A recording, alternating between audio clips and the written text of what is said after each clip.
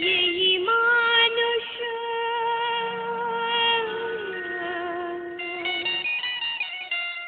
यही मानुष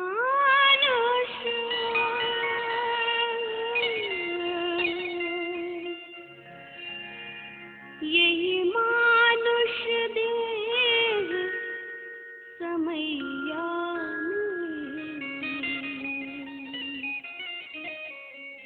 यही मानुष देह समैया में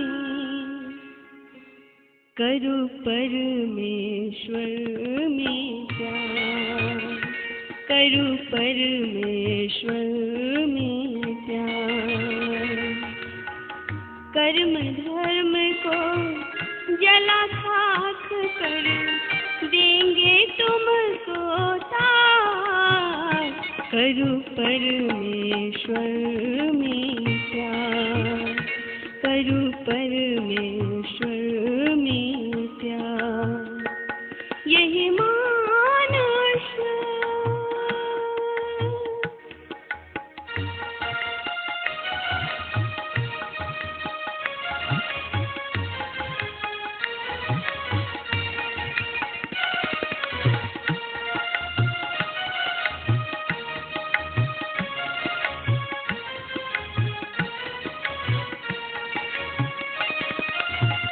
तह जाओ जहाँ प्रकट मिलेगी तब जानो है स्नेह तह जाओ जहाँ प्रकट मिलेगी तब जानो है स्नेह स्नेह बिना नहीं भक्ति होत है स्नेह बिना नहीं भक्ति होत है कर लो साचा में करु परमेश्वर में प्यार करु परमेश्वर में प्यार यही मानुष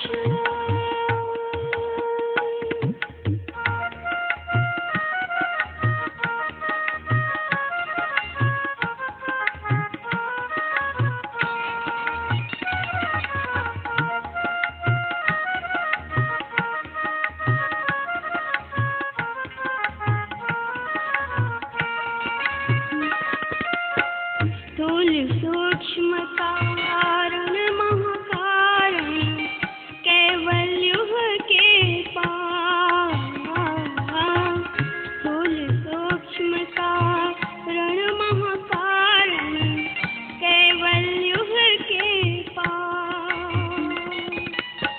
सुषमन दिल हो पिलतन भीतर सुषमन दिल हो पिलतन भीतर होंगे सबसे न्याय करु परमेश्वर में प्यार करु परमेश्वर में प्यार यही मानुष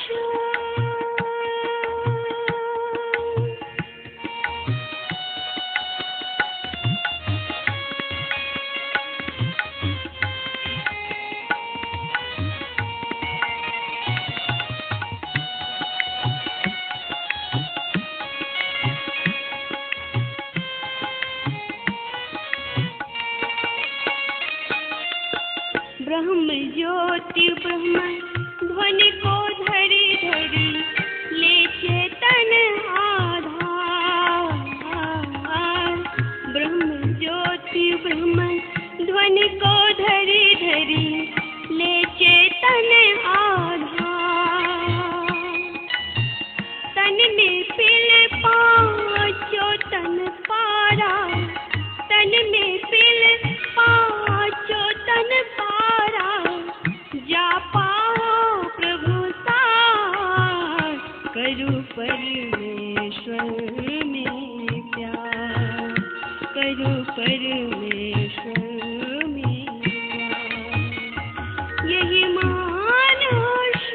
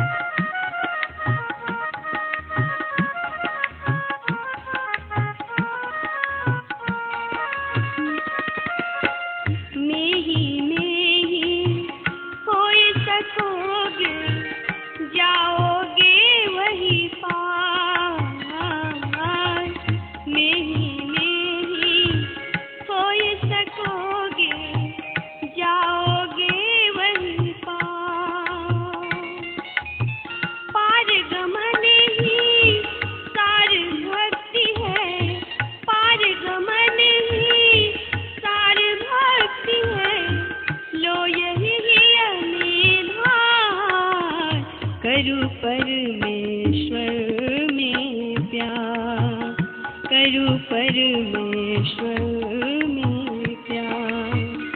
यही मानुष, यही मानुष, यही मानुष देह समैया में करूं परमेश्वर में प्यार, करूं परमेश्वर में प्यार, करूं परमेश्वर में प्यार।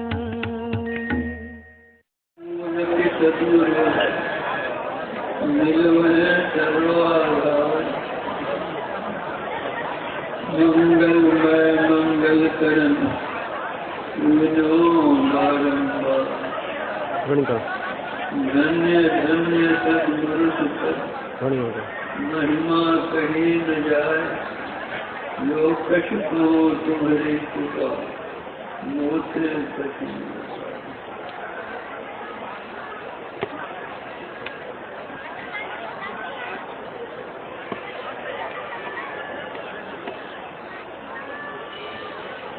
समवेत समादरणीय सज्जन वृंद, आदरणीय माताओं तथा भक्तिमती बहनों,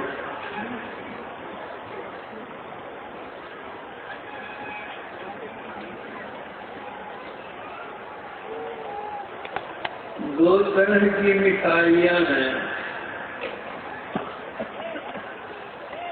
एक में चीनी अधिक पड़ी है और दूसरी में चीनी कम पड़ी है। जब अधिक चीनी वाली मिठाई पहले खा लेते हैं और कम चीनी वाली मिठाई पीछे खाते हैं, तो पीछे की मिठाई फीकी लगती है।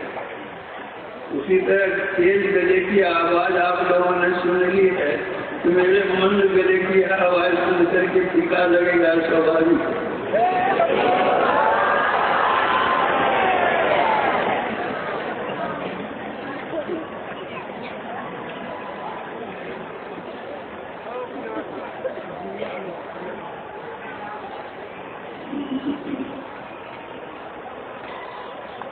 संतमत सत्संग के द्वारा ईश्वर भक्ति का प्रचार होता है।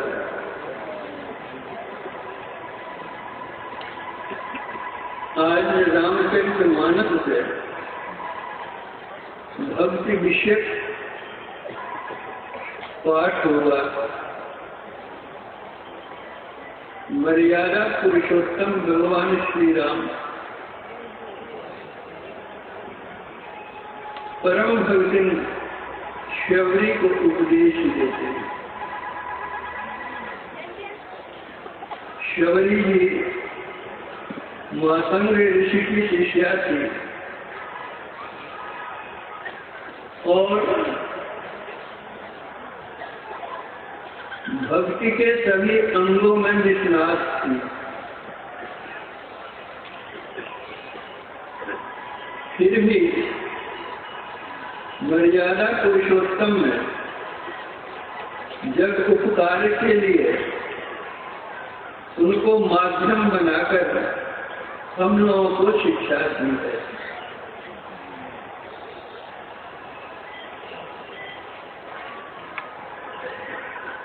भक्ति शब्द भज धातु में फिर प्रत्यय लगाने से बनता है।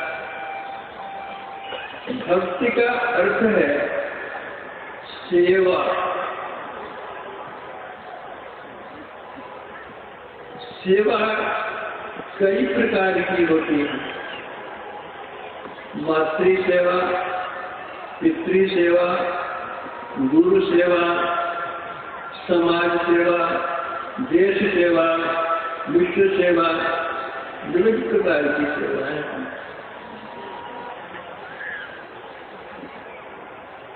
कोई भूखा है, उसको खिला दिया। कोई प्यासा है, उसको जल पिला दिया। उस दिन का युद्ध बंद हो गया, सब उनके निकट पहुंच गए। उनके शरीर में इतने बाण लगे थे कि वे बाण पर ही टंग गए, शर सज्जा हो गई।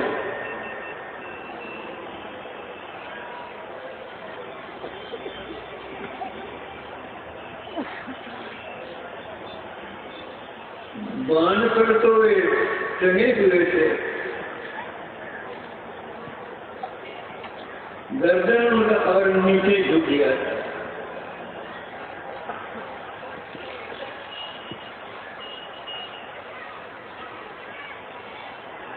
दुर्योधन को बुलाया और कहा कि मेरा गर्दन झुक रहा है, सहारा दो। दुर्योधन ने नौकरों से कहा कि जाओ मखमल का कचरा को मुलायम से ज्यादा ले आओ।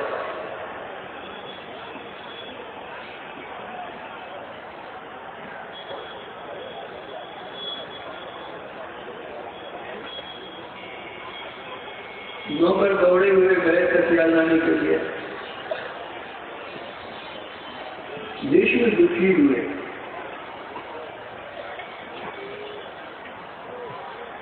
उन्होंने अर्जुन को बुलवाया, बगल में ही खड़े थे। कहा बेटा गर्दन में सहारा दो।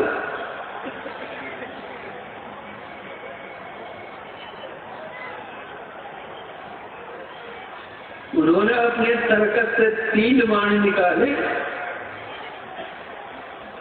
और उनके सिर में दे मारा। जो गला झुक रहा था नीचे, वह सही होकर के समांतर पर आ गया। भीष्म ने कहा बेटा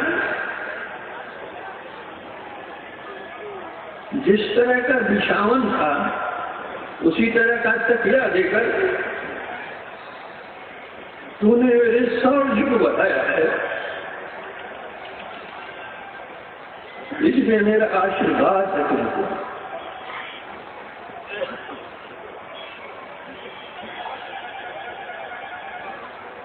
शरीर से रक्त निकल जाने के कारण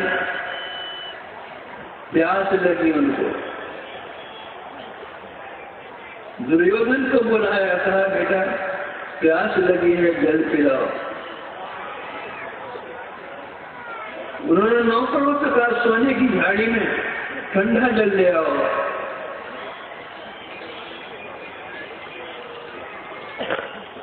भीष्म निराश हुए और अर्जुन को कहा बेटा प्यास लगी है,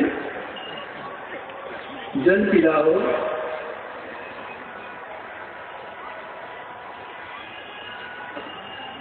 अर्जुन ने गांडी पर तीर चढ़ा करके पृथ्वी में दे मारा। पृथ्वी से जल की धारा निकली और भीष्म के मुंह में पड़ने लगी। पी करके भीष्म तृप्त हो गए और बोला बेटा सुधार तुम्हारी विजय होगी।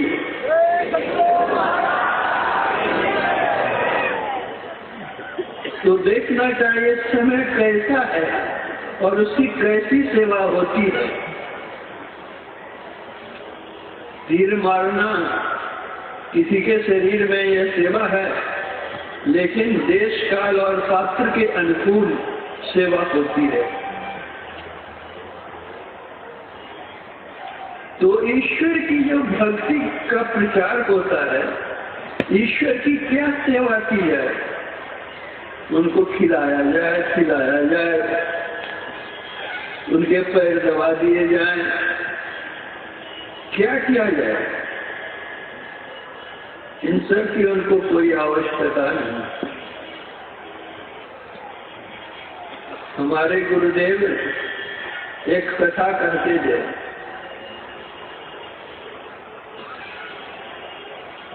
कि एक राजा जंगल में शिकार खेलने गया। उसने एक मुनि बालक को देखा। बालक छोटा सा था, देखने में बड़ा सुंदर था।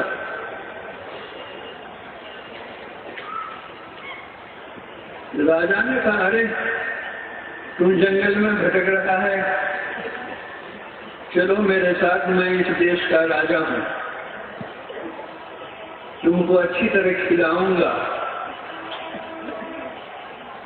सुंदर महल में रखूंगा, सुंदर वस्त्र पहनाऊंगा, सो जाओगे तो जग करके पहरेदार पहरा करेगा, चलो।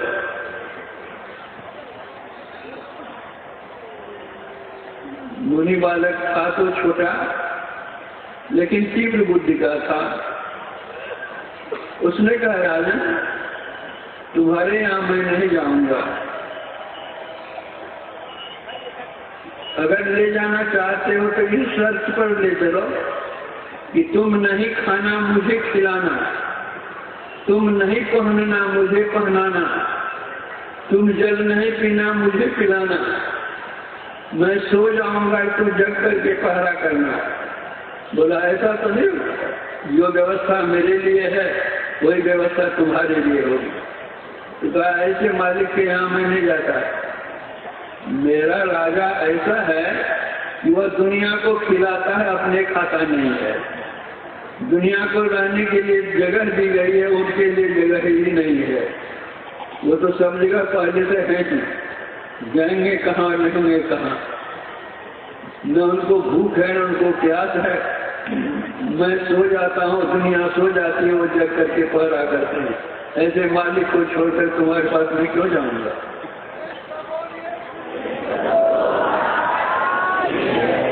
तो उस परमात्मा को ये तो कोई चीजें नहीं चाहिए, तो क्या चाहिए, सेवा कैसे करेंगे।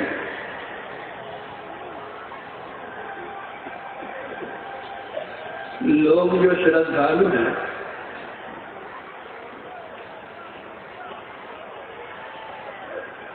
सुल्तानगंज में जल भरते हैं और बैद्यनाथ धाम में जाकर शिव जी को चढ़ाते हैं, उनके पास जाते हैं।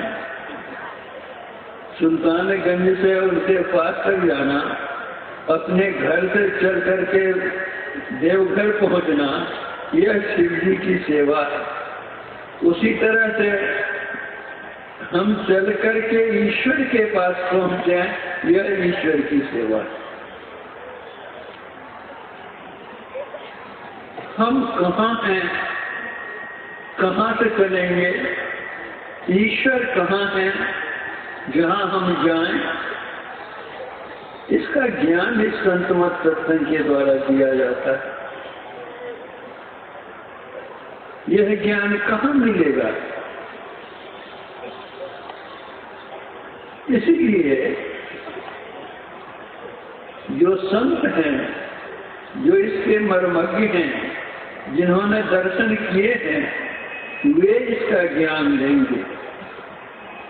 इसीलिए जहाँ शबरी को 9 प्रकार की भक्ति का उपदेश दिया गया है, वहाँ पहली भक्ति संतों का ही संग दिया गया है। आप फुलवाड़ी में जाइए,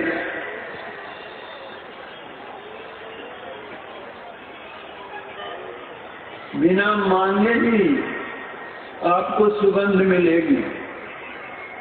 फुलवाड़ी में जो फूल है, उस फूल से सुगंध मिलेगी आपको। उसी तरह संतों के पास आप जाइए तो कुछ मांगिए नहीं, केवल बैठे ही रहिए, तब भी वे आपकी मनसा पूरी करेंगे।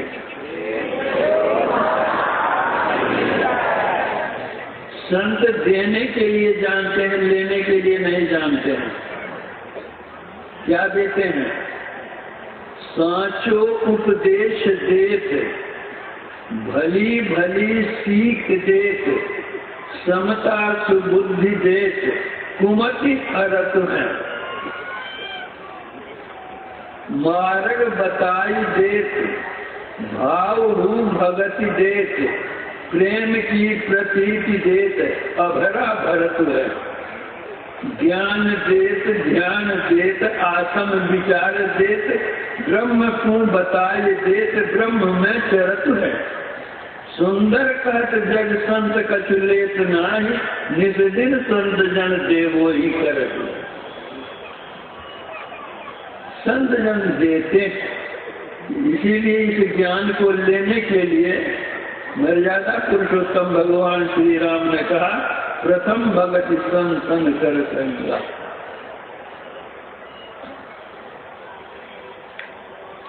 अभी हम लोग आ रहे थे कार से, तो बातचीत हुई रास्ते में। कबहु दिवस मह निबिड़तम कबहुक प्रगट पतंग उपजय बिन से ज्ञान जिन पाए कुसंग सुसंग। कल वर्षा हो रही थी, आज सूर्य का प्रकाश है। तो कभी दिवस में अंधेरा छा जाता है और कभी सूर्योदय होने से प्रकाश हो जाता है। उसी तरह से जब कुसंग होता है तो जीवन अंधकारमय हो जाता है, और जो सत्संग होता है सत्संग के कारण से उसका जीवन प्रकाशमय हो जाता है। इसीलिए प्रथम भगत संतन कर संगा था। एक फकीर ने कहा है मुर्शिदे कामिल से मिल सिद्क और सबूरी से तकी जो तुझे देगा फहम शहर के पाने के लिए। जिस रास्ते से चल करके ईश्वर के पास हम पहुंच सकते हैं वे तो सर्वव्यापी हैं, वो हमारे में भी हैं। तो बाहर जाकर हम जाकर अपने भीतर देखेंगे। इसीलिए भगवान महावीर ने कहा था अत्तानंद विद्धि, आत्मा को जानो। जो आत्मा को जानता है वही परमात्मा को जानता है, जो आत्मा को नहीं जानता परमात्मा को नहीं जानता है। और भगवान बुद्ध ने कहा था अत्ताही अत्तनो नाथो, कोई नाथो परोसिया अत्तनाव सुदंते नाथम लवत दुर्लभम। मनुष्य अपना स्वामी आप है, उसका दूसरा स्वामी कौन हो सकता है? जो अपने को अच्छी तरह दमन कर लेता है वह दुर्लभ स्वामी का लाभ करता है, वही दुर्लभ स्वामी परमात्मा। इसीलिए प्रथम भगत संतन कर संगा जहाँ कहा गया है, तो दूसरी भक्ति मम कथा प्रसंगा। संतों के पास जाएंगे तो संत कुछ न कुछ कहेंगे। क्या कहेंगे? पतिव्रता जहाँ जाएगी पति के गुण को गाएगी। उसी तरह जो भक्त होते हैं वे जहाँ जाते हैं भगवान के गुण को गाते हैं। इसीलिए पहली भक्ति के साथ दूसरी भक्ति का संबंध है। तो संतों के पास जाएंगे तो संतों से हमको शिक्षा मिलेगी, लेकिन दीक्षा के लिए गुरु की आवश्यकता है। इसीलिए तीसरी भक्ति बतलाते हैं गुरुपद पंकज सेवा तीसरी भक्ति अमान। तीसरी भक्ति है मान रहित होकर गुरु की सेवा करो।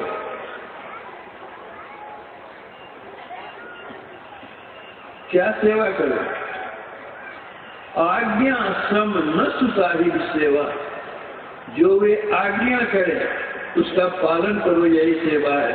उनको कुछ चाहिए नहीं।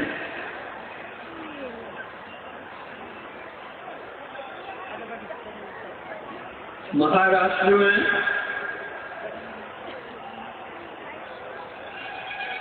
समर्थ रामदास जी थे, महात्मा थे। उनके बहुत से शिष्य थे। कुछ शिष्य उनकी सेवा में भी रहते थे। शिष्यों में एक शिवाजी राव भी थे। तो जो शिवाजी राव आते थे तो समर्थ रामदास जी आदर करते थे। तो जो सन्यासी साधु उनकी सेवा में रहते थे उनके मन में होता था कि ये राजा हैं, इसीलिए ये आते हैं तो उनको आदर मिलता है। न हम लोग दिन रात सेवा करते थे, हम लोगों को कुछ भी नहीं। तो वे तो संत थे, सबके हृदय की बात को जानने वाले थे। श्री रामकृष्ण परमहंस जी महाराज ने कहा कि तुम लोगों का हृदय कांच की अलमारी है। कांच की अलमारी में बाहर से ही चीज देखी जाती है, उसी तरह कितना भी कुछ छिपाओ तुम्हारे भीतर में जो है तो पहले ही मालूम पड़ेगा।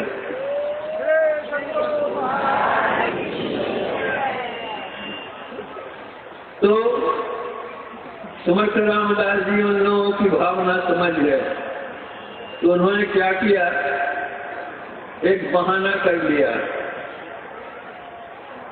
कि पेट में बहुत जोरों का दर्द है। उनके जो सेवा करने वाले शिष्य लोग थे उन्होंने कहा कि गुरु महाराज क्या दवाई इसकी है, तो कहिए तो हम ले आवे दवाई। बोला इसकी दवाई ही नहीं है, अब तो अंतिम समय मेरा आ गया है, इसी दर्द से मैं जाऊंगा। कहने गुरु महाराज जब बीमारी है तो बीमारी की तो दवा होती है, कुछ न कुछ दवा जरूर होगी इसकी। कहा दवा क्यों नहीं है, दवा तो है, लेकिन जो कोई ला ही नहीं सकता है वो दवा को तो कहने से ही कोई लाभ नहीं है। कहा कौन सी दवा है? तो बाघनी का दूध अगर आवे तभी हमारा पेट का दर्द छूटेगा।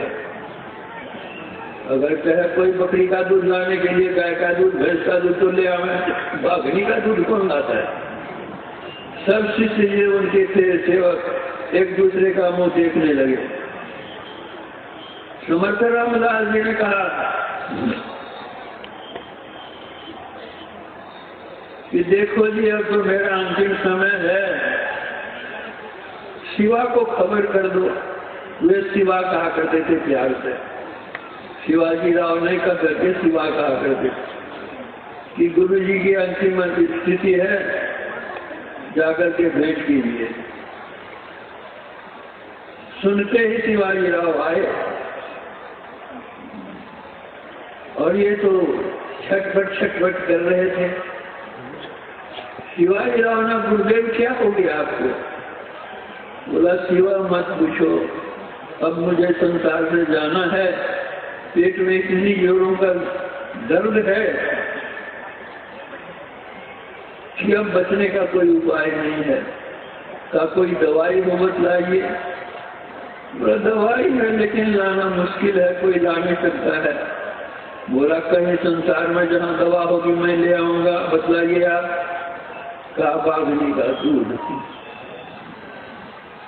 अब बाघनी का दूध लाने के लिए कौन जाए, लेकिन शिवाजी राव तैयार हो गए। तुरंत क्या कहते हैं, चले। बाघनी तो भाई गांव घर में मिलती नहीं है, वो तो जंगल में मिलेगी। घनघोर जंगल में प्रवेश कर गए।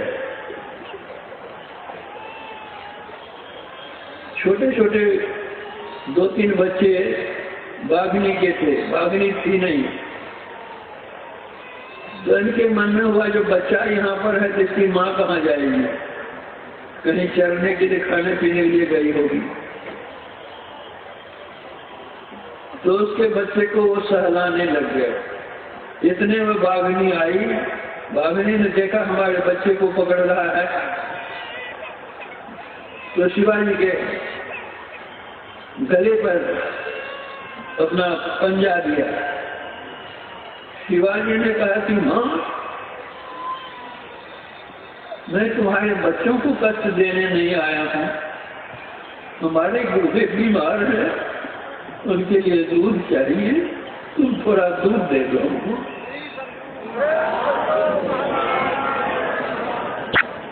अरे उठकर हाथ उसने रखा था, उतार लिया, बच्चे तो दूध पीने लग गए, इसने दूध लिया और वहां से छू दिया, कुछ नहीं कहा। अब इधर समर्थन अमला कहते हैं कि देखो जी, शिवा गया जन्म, अब क्या हो गया, अभी तक लौटा नहीं है, चलो चलो खुश लो, ये क्या है, बागी का दूध किस जंगल में चला गया, कैसा हो गया, चलो तो चलो। ये जा रहे शिष्यों के साथ, उधर रसी बाजी रहो, दूध लेकर के आ रहे थे। बोले गुरुदेव ये लो, बोला कि तुम्हारे जैसा सेवक है तो दूध क्या चाहिए।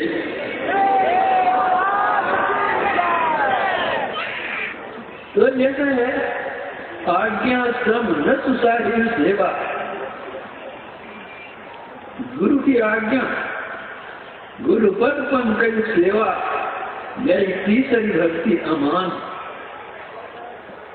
तो गुरु की सेवा करेंगे तो गुरु कुछ बतलाएंगे करने के लिए, तो उसके साथ चौथी भक्ति का संबंध है। चौथी भक्ति मम गुण गण करे कपट करी गान, कपट छोड़ करके प्रभु का गुणगान करें। एक संत हुए राम प्रसाद सेन बंगाल में, उन्होंने कहा जहाँ को जम के करले पूजा अहंकार बोय मने मने तुम्हें लुकिए तार करवे पूजा जानवे न रे जगत जने। दिखावे का सिक्की सेवा नहीं करो, ऐसी सेवा करो कि तू जानो और तुम्हारे गुरु जाने। कीर्तन करो तो तुम लोगों को दिखलाने के लिए नहीं कि भगवान का नाम ये ले रहे हैं, भगवान का नाम मेरे अंतर में नाम लीजिए, लोगों को दिखलाने के लिए नहीं। इसलिए कहा चौथी भक्ति मम गुणगान करे कपट तजी गान, कपट छोड़ करके, बाहर दिखलावा नहीं, मन में कुछ और भीतर में कुछ। एक पंडित जी नदी में स्नान करते थे रोज, और किनारे में बैठ करके कुछ पाठ करते थे, लोगों को दिखलाते थे कि हम पंडित हैं और पाठ कर रहे हैं। एक महिला बेचारी थी, संयोग से एक दिन वह बहुत तेजी से चली और उनकी जो आसनी थी उस पर उस बेचारी का पैर पड़ गया, और पैर पड़ना था कि ये तो क्रोध में से लाल बबूले हो गए, लेकिन पूजा में थे इसलिए चुपचाप रहे। थोड़ी देर के बाद वो महिला लौटती है, तब तक में इनकी पूजा समाप्त हो जाती है। तो क्रोध में तो थे ही, कहा कि तुमको दिन में सूझता नहीं है, मेरे बिछावन पर पूजा की आसनी है, उस पर पैर देकर तुम चली गई। उस महिला ने कहा कि महाराज जी बहुत दिन हो गए, हमारे पति बाहर गए हुए थे, सुनने में आया कि इसे श्रीमत वे आ रहे हैं, तो मैं उनकी अगवानी के लिए जा रही थी, तो आपकी आसनी मेरी नजर में नहीं आई। तो मैं तो जागतिक पति के प्रेम में इतना विह्वल हुई कि आपकी आसनी नहीं देखी, लेकिन आपने मुझे कैसे देख लिया।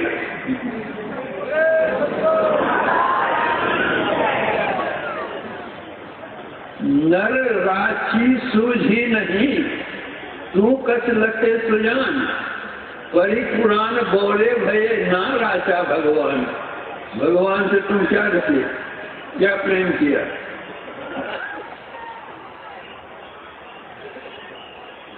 तो चौथी भक्ति मम गुणगण करे कपट तजी गान, कपट छोड़ करके, लोगों को दिखलाने के लिए नहीं। केवल जप तो आरंभिक है, उसी से काम पूरा नहीं होता है। वह तो कीर्तन है, स्तुति है, प्रार्थना है, सब कुछ है। उपासना भी करनी है। उपासना के लिए उपासन, जिससे प्रभु की निकटता हम जाएं, वह क्या है? तो पांचवी भक्ति कहती है कि मंत्र जाप मम दृढ़ विश्वासा, पंचम भजन सो वेद प्रकाशा। मंत्र जाप करो, जप और जापक के बीच में कुछ न रह जाए, यह जप है। लेकिन हम लोग बैठते हैं जप करने के लिए और गप करने लग जाते हैं। बैठते हैं तो जाप करने के लिए और पाप करने लग जाते हैं। जब उठते हैं कुछ देर के बाद तो कितना समय पैसा चला गया, जब भी नहीं हुआ। तो नहीं, जप और जापक के बीच में कुछ नहीं रहना चाहिए। अगर सही पूर्वक जप किया जाए तो योग शास्त्र कहता है जपात सिद्धि, जब जप से सिद्धि मिल जाती है। तो यह तो स्थूल उपासना। पहले मोटे मोटे अक्षरों को लिखते हैं, तब महीन अक्षर लिखते हैं। उसी तरह यह मोटी उपासना है, मानस जप। जिनका हम नाम लेकर के जपते हैं उनका रूप भी हमारे सामने आता है। तो पंचम भक्ति में मानस जप के साथ मानस ध्यान भी है। जो मानस जप करते हैं वो मानस ध्यान भी करते हैं। यह पांचवी भक्ति है। छठ दमशील विरत बहुकर्मा, निरत निरंतर सज्जन धर्मा। और छठी भक्ति है दमशील, इंद्रिय निग्रह का स्वभाव वाला बनो। भगवान महावीर को वीर कहा गया, अति वीर कहा गया, महावीर कहा गया। क्यों? इंद्रियां दमन थी। उन्होंने कहा है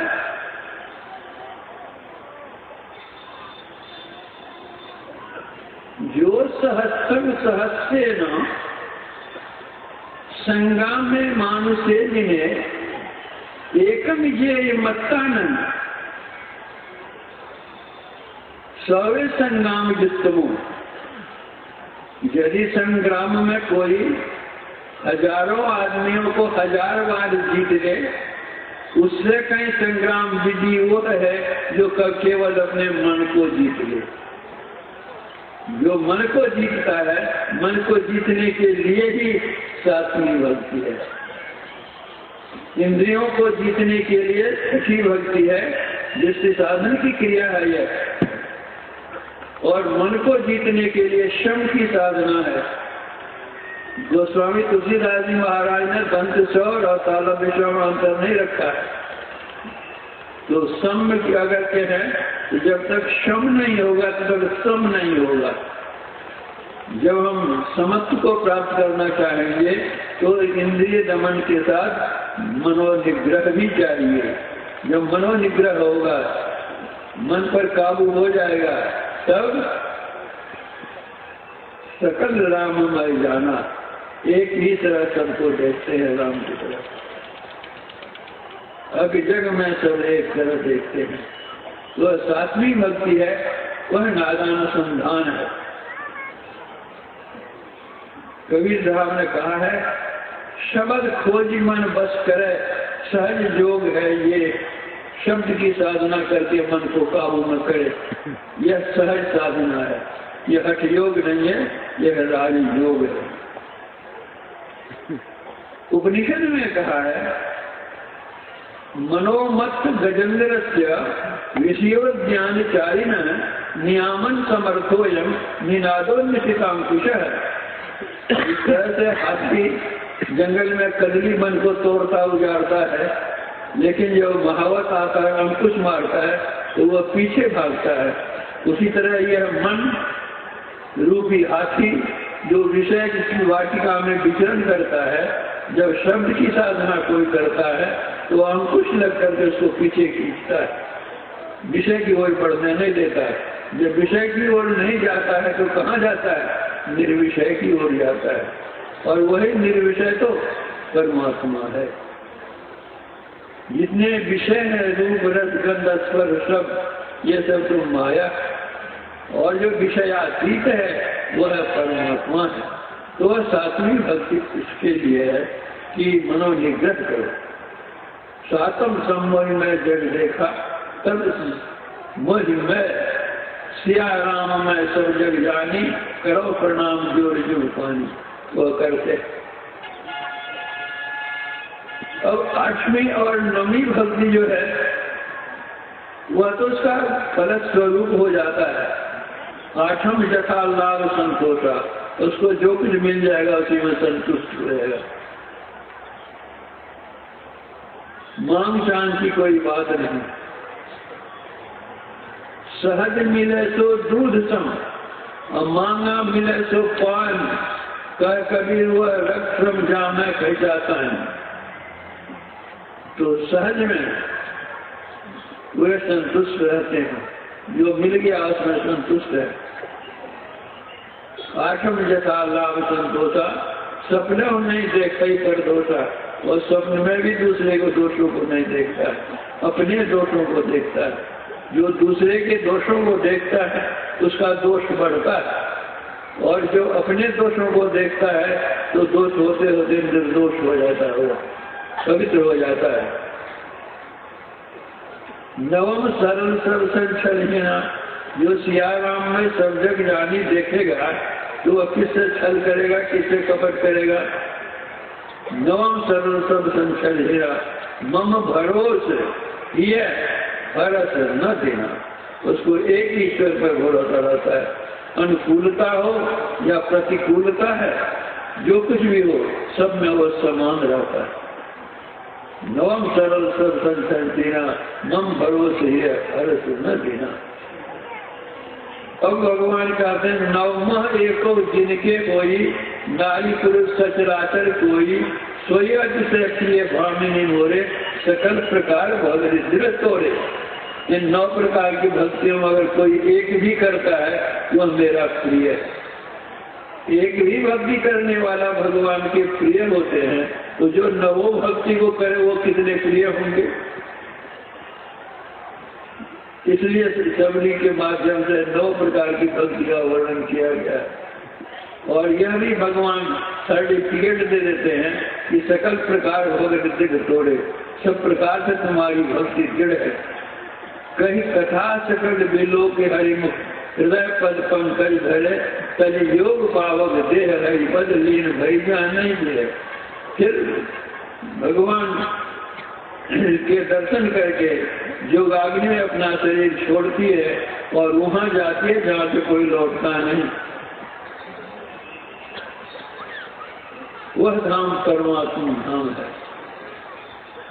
जो परमात्मा धाम में पहुंच जाता है, जो नदी का जल समुद्र में मिल जाता है, वो अभी समुद्र ही कहलाता है, नदी की संज्ञा नहीं रह जाती है। उसी तरह जो जीव उस पीव को पाता है वो अभी पीव ही हो जाता है।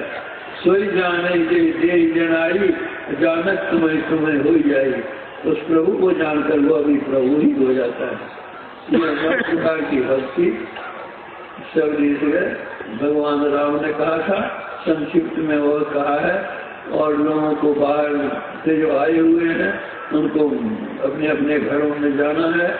मौसम कभी खराब करता है, कभी अच्छा करता है, तो इतने कष्टों को सह करके भी आप लोगों ने सत्संग से इतना प्यार रखा कि आप लोग गए नहीं और यहीं पर जमे हुए रहे। इसलिए आप लोगों को बहुत बहुत धन्यवाद है। इस सत्संग के लिए जिन लोगों ने जिस प्रकार का सहयोग दिया है, चाहे तन से, चाहे मन से, चाहे धन से, चाहे वचन से, उन सबको बहुत बहुत धन्यवाद है। और अंत में सबके लिए जो बड़े हैं उनको प्रणाम है, जो मुझसे छोटे हैं उनको आशीर्वाद है, और बाकी सबको धन्यवाद है।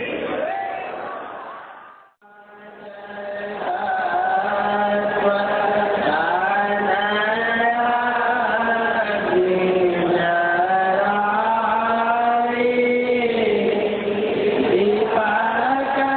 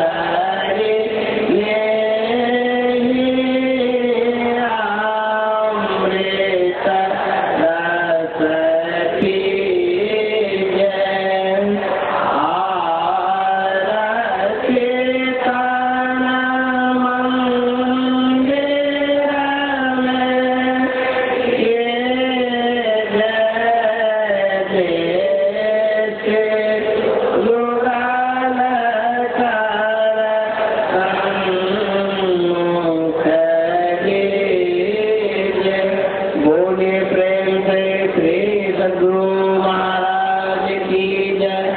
जय गुरु महाराज, जय गुरु महाराज।